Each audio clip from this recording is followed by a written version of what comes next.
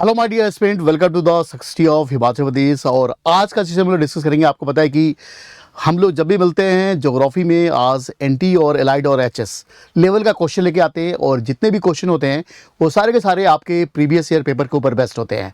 तो जो लोग जुड़े हैं, very good evening to all of you. और आज के सेशन में हम लोग लेंगे मोस्ट इंपॉर्टेंट क्वेश्चन जो एक तरह से एग्जाम ओरिएंटेड होगा। आपका पहला क्वेश्चन है कि विच of the following countries share the border with the Israel. अभी पता है कि इजराइल न्यूज़ में है। आपको पता है इजराइल और ईरान के बीच में स्ट्रगल चल रहा है, और दोनों के दोनों कंट्री इंपॉर्टेंट है अगर देखा जाए एग्जामिनेशन पॉइंट व्यू से। तो इजराइल के साथ कौन कौन कंट्री की सीमा रेखा है? पहला आपका ऑप्शन है इजिप्ट, दूसरा है जॉर्डन, तीसरा है सऊदी अरबिया, चौथा है Iraq. Select the correct answer using the code given below. इसमें 1 and 2 only correct, 2 and 3, 1, 3 and 4 and 1, 2, 3 चारों के चारों करेक्ट है। तो first question of the day, और सारे लोग कमेंट बॉक्स में आंसर जरूर दीजिए और प्रैक्टिस कीजिए। और ये सेशन जो है हमारा प्रैक्टिस का है, इसमें सारे जो क्वेश्चंस होते हैं आप one of the most important question होते हैं, और एचएस, एनटी और एलाइड इन तीन ही एग्जाम को टारगेट करके हम क्वेश्चन लेके आते हैं, जिसमें मल्टीपल चॉइस क्वेश्चन होते हैं। आइए फर्स्ट क्वेश्चन। तो आप मैप पर भी देख सकते हैं इजराइल की। आप इजराइल का अगर मैप देखें तो मैप देखे भी इसका आंसर बता सकते हैं कि कौन सी कंट्री है जो इजराइल के साथ बॉर्डर शेयर नहीं करती है। First question, anyone in the comment box.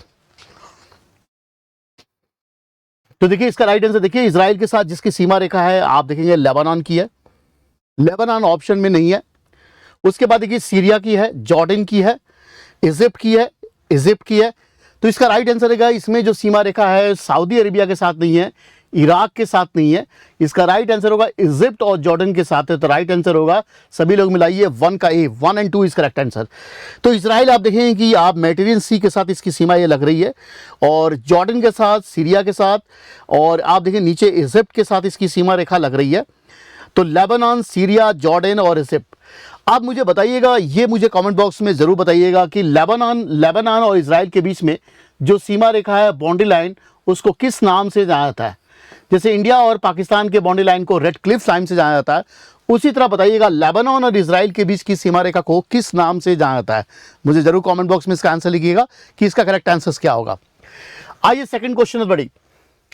कहता विच of the following pair of reverse and tributaries is not correctly match. यहां पर बोला इज नॉट करेक्टली मैच, इसमें से कौन सा करेक्टली मैच नहीं है? देखिए पहला है गोदावरी का इंद्रावती, गंगा की पेनगंगा, कृष्णा की भीमा, और लूनी की सुक्री। इसमें से कौन सी जो है करेक्टली मैच नहीं है? थोड़ा सा यहां से हम क्वेश्चन को थोड़ा करेक्ट करेंगे। अगर क्वेश्चन आ जाए कि which one of the following pair river tributary is correctly match, यहां नॉट को हटा दीजिए। थोड़ा नॉट को हटा के हम लोग क्वेश्चन को देखते हैं, फिर नॉट भी लेंगे।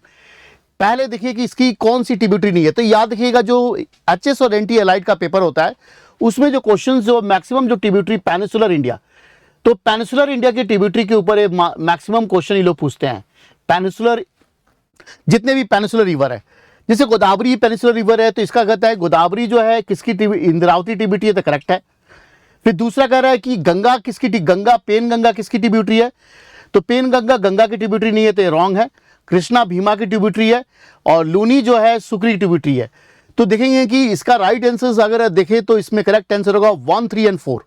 तो 1, 3 and 4 is the correct answers. अगर पूछे 1, 3 and 4, इसका करेक्ट आंसर होगा 1, 3 and 4। सॉरी, इसको थोड़ा सा करेक्ट कर देते हैं। तो राइट आंसर होगा 1, 3 and 4। तो राइट आंसर होगा 1, 3 and 4। तो ये थोड़ा सा क्वेश्चन में करेक्शन कर लीजिएगा, यहां नॉट की जगह अगर नॉट पूछता कि कौन सी ट्रिब्यूटरी नहीं है, तब इसका राइट आंसर 2 इज ओनली होता। तो हमने दोनों तरह से अगर पूछ लिया कि इस करेक्टली मैच, तो राइट आंसर होगा 1, 3 and 4।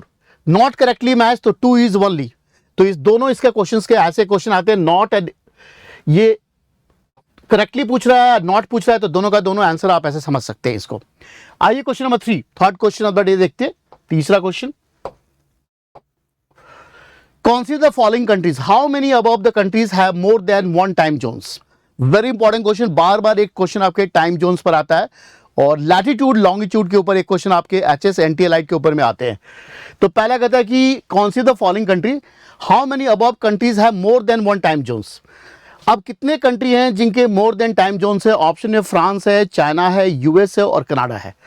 तो आपने बताना है कि कितने कंट्री का जो टाइम जोन है मोर देन वंस है। जैसे इंडिया का टाइम जोन देखे तो ओनली 1 है, हमारा एक ही टाइम जोन है, एक ही हमारा टाइम जोन है। बाकी आप यहां पर क्वेश्चन बनता है कि क्यों कंट्री के मैक्सिमम टाइम जोन्स होते हैं। तो जिस कंट्री का अगर मानते कि ऐसे विस्तार हो तो उसका मैक्सिमम टाइम जोन होगा। भारत का ऐसे है विस्तार, इसलिए इसका एक ही टाइम जोन्स है। तो जो कम ईस्टर्न और वेस्टर्न हेमिस्फीयर में कोई कंट्री ऐसे बल्ज के रूप में फैला हुआ है तो समझिए उसका मैक्सिमम टाइम जोन। जैसे रशिया कंट्री का सबसे ज्यादा टाइम जोन्स है, बाकी इस ऑप्शन में रशिया नहीं है। तो कहता है हाउ मेनी अबव कंट्रीज है more than one time zone. इसका राइट आंसर देखिए, फ्रांस के पास मैक्सिमम टाइम जोन है, यूएस के पास है, कनाडा के पास है, तो ओनली वन। इसका कहता है how many above more than one time zone, तो राइट आंसर होगा 1 2 3। C is the correct answer, 3 का सी। तो 3 ऐसे कंट्री है जिसके मैक्सिमम टाइम जोन्स है। कमेंट बॉक्स में मुझे जरूर लिखिएगा कि रशिया के पास कितना टाइम जोन्स है। कि रशिया का जो विस्तार है आपको पता है ईस्टर्न और वेस्टर्न हेमिस्फीयर दोनों में ज्यादा विस्तार है, इसलिए रशिया कंट्री ऐसा है जिसके पास मैक्सिमम टाइम जोन्स है। तो याद रखिएगा, फ्रांस के पास, यूएस के पास, कनाडा के पास मैक्सिमम टाइम जोन्स है क्योंकि ये बल्ज के रूप में कंट्री फैले हुए हैं। कमेंट बॉक्स में जरूर लिखिए रशिया के पास कितना टाइम जोन है, और भारत के पास एक ही टाइम जोन्स है और चाइना के पास भी एक ही टाइम जोन्स है। Very important questions. आइए question number fourth question number day, consider the following pair. अब हर बार पूछा, आपको पता है कि वर्ल्ड में कहीं ना कहीं प्लेट का कॉलिजन होते रहता है और ज्वालामुखी आती रहती है। तो दो प्लेट जब आपस में आके कॉलिजन करते हैं तो जो भारी प्लेट होता है, हेवी प्लेट कमजोर प्लेट को मारता है तो प्लेट टूट जाता है। तो प्लेट एक तरह से बसाल्ट से बना होता है, जब बसाल्ट बाहर की तरफ आ जाता है तो वही लावा और मैग्मा के रूप में आता है। तो हर कहीं ना कहीं वर्ल्ड में वोल्केनो एक्टिविटी होती रहती है। तो ये करंट का भी क्वेश्चन है, रिसेंटली किस किस कंट्री में रिसेंटली वोल्केनो, तो जो भी कंट्री प्लेट के साथ जहां भी प्लेटों का कॉलिजन हो रहा है वहां पर आपको पता है कि ज्वालामुखी संबंधी घटना होती रहती है और भूकंप संबंधी। तो बोलता है माउंट कैनलोन कहता है कि ये ज्वालामुखी उद्गार हुआ है रिसेंटली यूनाइटेड स्टेट में। फिगो वोल्केनो कहता है ग्वाटेमाला में हुआ है, और कैलियू कहता है कि फिलीपींस में हुआ है। तो how many above pair are correctly match. Fourth question बड़ी, anyone in the comment box, fourth question का करेक्ट आंसर क्या होगा। पहला ऑप्शन है mount Kanlaon, Fuego volcano, Kilauea volcano. तो how many above pair are correctly match. जल्दी से मुझे कमेंट बॉक्स में इसका करेक्ट आंसर बताइए कि इसका करेक्ट आंसर क्या होगा। क्वेश्चन नंबर 4,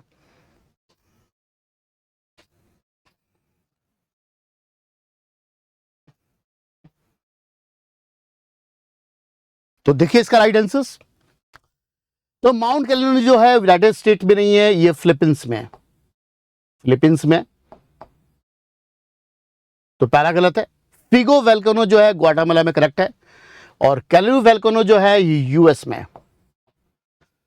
तो how many above pair are correctly match, तो राइट आंसर होगा only one pair is correctly match.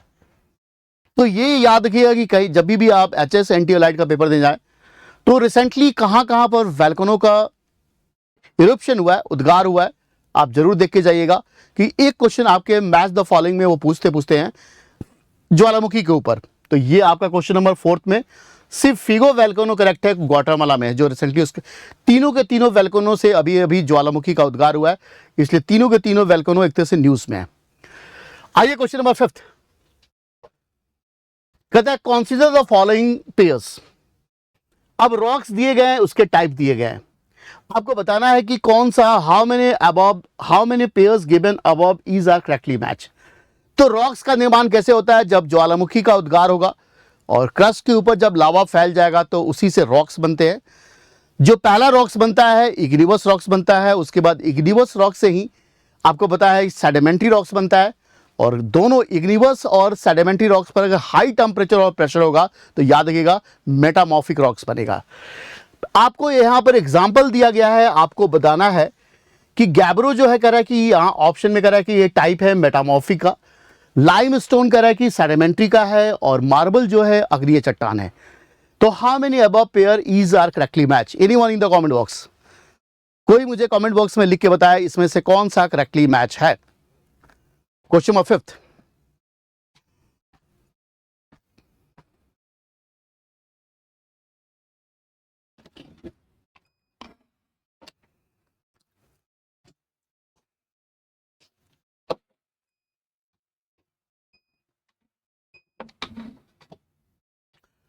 तो देखिए इसका राइट आंसर, जो गैब्रो है वो एक तरह से अग्नीय चट्टान है, इग्निवस रॉक्स है। लाइमस्टोन इज करेक्ट, सेडिमेंट्री है। जब सी में कंकड़ पत्थर मिट्टी जमा हो जाएंगे तो सेडिमेंट्री रॉक्स बन जाएंगे।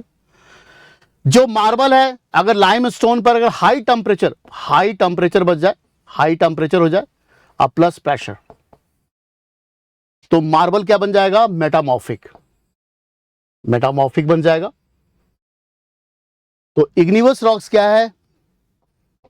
मार्बल इग्निवस रॉक्स नहीं है, क्योंकि मार्बल क्या, लाइमस्टोन पर अगर हाई टेम्परेचर और प्रेशर हो जाएगा तो बन जाएगा मेटामॉर्फिक रॉक्स। तो याद रखिएगा। तो अग्निय चट्टान क्या है? अग्निय चट्टान के बारे में आप पढ़ेंगे कि इसी को हम लोग प्राइमरी रॉक्स का भी नाम देते हैं, क्योंकि इसी में सारे के सारे मिनरल्स मिलते हैं।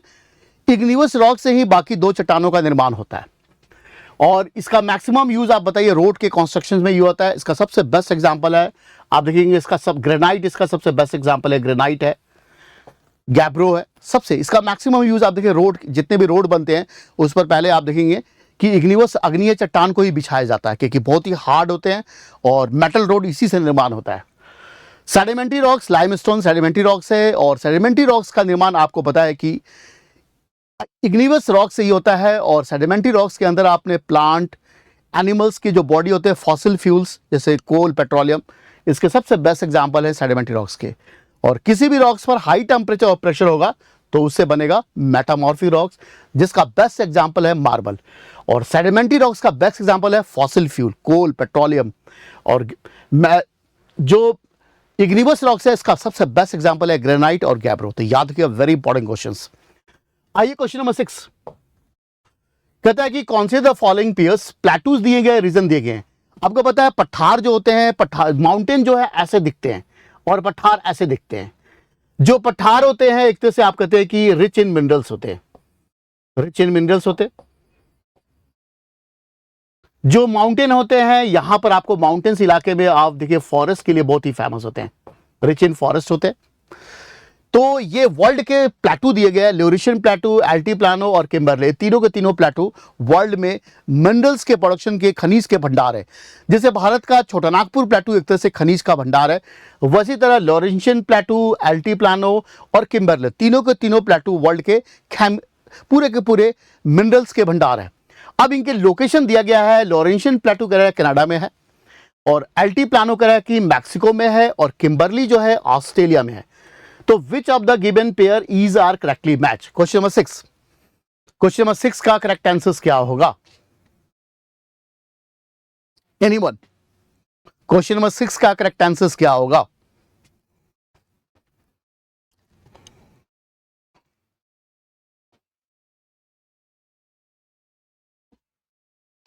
तो देखिए राइट आंसर, लॉरेंशियन प्लेटू एकदम करेक्ट है, ये कनाडा में है। एल्टीप्लानो मैक्सिको में नहीं है, ये साउथ अमेरिका कंट्री में, इसका विस्तार बहुत से कंट्री है, पेरू, बोलिविया। आपको पता है कि ये बोलिविया खासकर टीन के प्रोडक्शन के लिए बहुत ही फेमस है, जो एल्टीप्लानो में ही है। किम्बरली ऑस्ट्रेलिया में है, वेरी गुड, ऑस्ट्रेलिया का प्लेटू है किम्बरली। तो राइट आंसर होगा 1 और 2। तो करेक्ट आंसर होगा 1 और 3 इज द करेक्ट आंसर। 1 और 3, 1 और 2 करेक्ट नहीं होगा। तो 1 और 2 नहीं होके 1 और 3 करेक्ट होगा। एल्टीप्लानो मैक्सिको में है, मैक्सिको में नहीं है, साउथ अमेरिका में है, पेरू, बोलिविया कंट्री में इसका विस्तार है, खासकर टीन के प्रोडक्शन के लिए बहुत ही फेमस है। और किम्बरली ऑस्ट्रेलिया का, जहां डायमंड मिलते हैं, किम्बरली का नाम ही डायमंड से फेमस है। तो राइट आंसर होगा 1 और 3 इज द करेक्ट आंसर। तो आप देख सकते हैं ऑस्ट्रेलियन प्लेटू में ही किम्बरली लाई करेगा। आप देखिए वर्ल्ड के कुछ फेमस प्लेटू, आप देखिए सबसे मेसेटा बहुत इंपॉर्टेंट है, और सबसे इंपॉर्टेंट लॉरेंशियन प्लेटू है कनाडा का। आप देखिए पिडमन प्लेटू बहुत इंपॉर्टेंट है। और देखिए एंटीप्लानो, ये देखिए आप एंटीप्लानो एंडीज माउंटेन के साथ लगता हुआ ये पठार है, जैसे हिमालय माउंटेन के साथ लगता हुआ तिब्बत का प्लेटू है। तो ये सारे इंपॉर्टेंट है। और प्लेटू आपको बताया कि एक क्वेश्चन यहां से पूछे आते हैं मैच द फॉलोइंग में। आइए question number 7, which of the following are a glacier landform? तो ग्लेशियर लैंडफॉर्म जो है, इसके द्वारा कौन सा, आपको पता है कि जो लैंडफॉर्म्स होते हैं उसमें दो तरह के स्ट्रक्चर बनाते हैं, एक तो बोलते हैं डिपोजिशनल और एक को बोलते हैं इरोजनल। डिपोजिशनल और इरोजनल दो स्ट्रक्चर्स बनाए जाते हैं, दो स्ट्रक्चर आपके बनेंगे। तो इसमें ग्लेशियर लैंडफॉर्म में बताया, पहला बताया सिर्क, फेजोड, हॉर्न्स, स्टैक। कहता है कि इसमें से कौन सा ग्लेशियर लैंडफॉर्म है। क्वेश्चन नंबर 7 क्वेश्चन नंबर 8, इसमें से कौन सा लैंडफॉर्म है।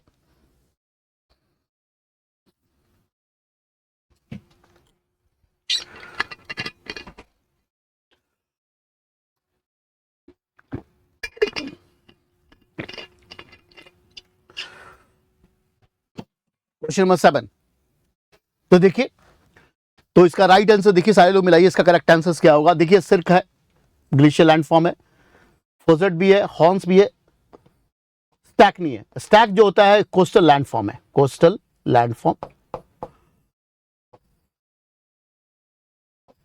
तो राइट आंसर होगा 1, 2 and 3, C is the correct answer. सभी लोग मिलाइए, 7 का सी, 7 का C is the correct answer, 7 का सी करेक्ट आंसर होगा। आइए क्वेश्चन नंबर 8, अब एक consider the following pair desert and उसका किस कॉन्टिनेंट में है। तो एक क्वेश्चन आपको पता है डेजर्ट के ऊपर, ग्रासलैंड के ऊपर, ये क्वेश्चन पूछे ही पूछाता है, प्लेटू के ऊपर, माउंटेन का लोकेशन, पिक्स के ऊपर, ये सारे के सारे एचएस और एनटी एलाइड में खासकर पूछे जाते हैं। तो आइए एक क्वेश्चन है, great desert of the continent. कहता है अटाकामा डेजर्ट अफ्रीका में है, ग्रेट विक्टोरिया डेजर्ट ऑस्ट्रेलिया में है और सोनम डेजर्ट नॉर्थ अमेरिका में है। तो how many above pair are correctly match. Question number 8, question number 8 का करेक्ट आंसर क्या होगा।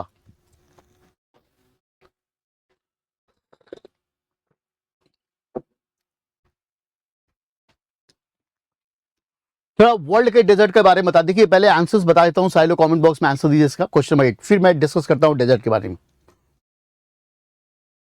अटाकामा डेजर्ट जो है अफ्रीका में नहीं है। अफ्रीका का सबसे इंपॉर्टेंट डेजर्ट देखिए कौन कौन सा है, कलहारी है, नामीब है, सहारा है। अफ्रीका के 3 इंपॉर्टेंट डेजर्ट, सहारा, नामीब और कलहारी। अटाकामा डेजर्ट और पैटागोनिया का डेजर्ट, ये दोनों के दोनों साउथ अमेरिका का डेजर्ट है। तो याद रखिएगा, साउथ अमेरिका, साउथ अमेरिका का डेजर्ट है अटाकामा डेजर्ट। अफ्रीका के कौन कौन से डेजर्ट है, सहारा, नामीब और कलहारी। आइए ऑस्ट्रेलिया का करेक्ट है, ग्रेट विक्टोरिया। ऑस्ट्रेलिया में कौन कौन डेजर्ट है, ग्रेट सैंडी डेजर्ट, गिब्सन है, ग्रेट विक्टोरिया है। तो ऑस्ट्रेलिया का करेक्ट है। सोनरम डेजर्ट जो है, सोनरम डेजर्ट कह रहा है, सोनरम डेजर्ट कह रहा है कि नॉर्थ अमेरिका में, एकदम करेक्ट है। आप देखिए ग्रेट बेसिन, मोजेव और सोनरम, ये नॉर्थ अमेरिका में है, यूएस में है। तो इसमें करेक्ट है 2 and 3, ओनली 2। तो याद रखिएगा, नॉर्थ अमेरिका का सबसे important desert Sonoran, great basin, Mojave. South America का अंटार्कटिका और पैटागोनिया। सहारा, नामीब और कलहारी, ये तीनों के तीनों अफ्रीका के हैं। ऑस्ट्रेलिया का ग्रेट सैंडी डेजर्ट, गिब्सन और ग्रेट विक्टोरिया। एशिया में गोबी है, तकला मकान है। भारत का थार। और एक ही कॉन्टिनेंट है जहां पर डेजर्ट नहीं है, आपको पता है, जिसका नाम है यूरोप। यूरोप ऐसा कॉन्टिनेंट है जहां पर नो डेजर्ट, कोई भी डेजर्ट नहीं है। और वर्ल्ड का सबसे बड़ा डेजर्ट आपको पता है कि अंटार्कटिका ही है। अंटार्कटिका वर्ल्ड का सबसे बड़ा डेजर्ट है, पूरा आइस का रेगिस्तान है। आइए क्वेश्चन नंबर 9, एक क्वेश्चन आपके धारा के ऊपर पूछे जाते हैं, और धारा का मतलब क्या है, करंट्स के ऊपर एक क्वेश्चन आपके आते हैं। तो करंट को आप कैसे समझेंगे, देखिए जी, 2 तरह के करंट होते हैं ओशियंस में। मैं थोड़ा कॉन्सेप्ट बता दूं, फिर आप प्रैक्टिस कर लीजिएगा कि अटलांटिक ओशियन का कौन सा इंपॉर्टेंट करंट है, पैसिफिक का कौन है और इंडियन का कौन है। 3 ही ओशियन के करंट पूछते हैं बार बार। सबसे ज्यादा क्वेश्चन आता है अटलांटिक ओशियन, उसके बाद आता है क्वेश्चन आपका आता है पैसिफिक, और तीसरा क्वेश्चन जो होता है वो आपका इंडियन ओशियंस के ऊपर। तो 2 तरह की धारा समुद्र में होती है। जैसे आप, ये इक्वेटर है, तो 2 तरह की धारा कैसी होगी, ये आपका नॉर्थ पोल और ये आपका साउथ पोल। इक्वेटर पर हमेशा सन का लाइट पड़ता है, इसलिए इक्वेटर वाले इलाके में पानी हमेशा गर्म रहती है, सन का हीटिंग बहुत है। सन नॉर्दर्न हेमिस्फीयर में और सदर्न हेमिस्फीयर में इक्वेटर पर हमेशा लाइट जाता है। तो जो धारा इक्वेटर से पोल को चलेगी, ये इक्वेटर है, जो धारा इक्वेटर से पोल को चलेगी वो धारा हमेशा गर्म होगी, वार्म ओशन करंट कहेंगे। इस धारा को कौन खींच के ले गया, हवा लेके जाएगी। हवा एक तरह से चल रही है, ओशियंस के ऊपर भी चलती है, लैंड पर, बाकी ओशन में हवा बहुत तेजी से चलती है। तो जितने भी इक्वेटर पर गर्म पानी है, गर्म पानी क्या होता है, जब गर्म हो जाएगी तो हल्की हो जाएगी। तो जो पानी इक्वेटर से पोल को जाएगी और एक तरह से गर्म होगी, और जो पानी पोल से इक्वेटर पर आएगी इधर से इधर आएगी वो कोल्ड होगी। इस तरह देखेंगे हर ओशियंस में गर्म और ठंडी धारा होती है। तो कैसे? तो जो पानी इक्वेटर से पोल को जा रहा है वो गर्म होगी, या जो पोल से इक्वेटर को आ रहा है वो हमेशा कोल्ड होगी। अब हर समुद्र में 3 इंपॉर्टेंट ओशियंस हैं। पहला अटलांटिक, जहां से सबसे अधिक क्वेश्चन पूछे जाते हैं, और दूसरा पैसिफिक, और तीसरा इंडियन ओशियंस। अब ये धारा अटलांटिक का भी इसमें दिया हुआ है और इंडियन ओशियंस का भी, तीनों ओशियंस का मैंने धारा डाले। पहला कहता है लैब्राडोर की करंट। तो लैब्राडोर की करंट, ये आप देख रहे हैं लैब्राडोर की करंट है, अटलांटिक ओशन की धारा है, ये कोल्ड है, करेक्ट है, कोल्ड है। कुरुशियो की धारा आप देखिए मैप पर, देखिए ये लाल वाला, इसका मतलब पैसिफिक ओशन की ये धारा है, गर्म है, एक करेक्ट है। और तीसरी है किनारी की धारा। जो किनारी की धारा है वो एक तरह से वार्म नहीं है, कोल्ड है।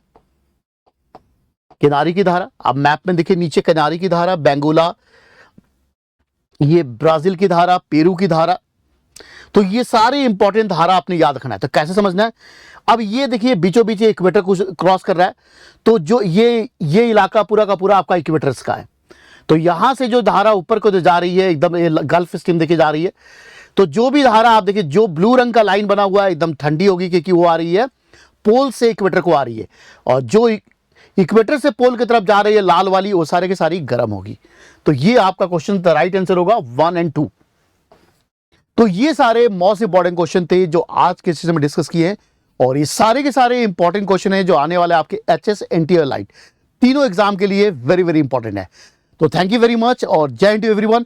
फिर नेक्स्ट सेशन मिलेंगे और फिर आपके लिए one of the best question लाएंगे, और ये सारे के सारे क्वेश्चन जो होंगे एनटी और एलाइड प्रीवियस ईयर पेपर के ऊपर बेस्ड होते हैं।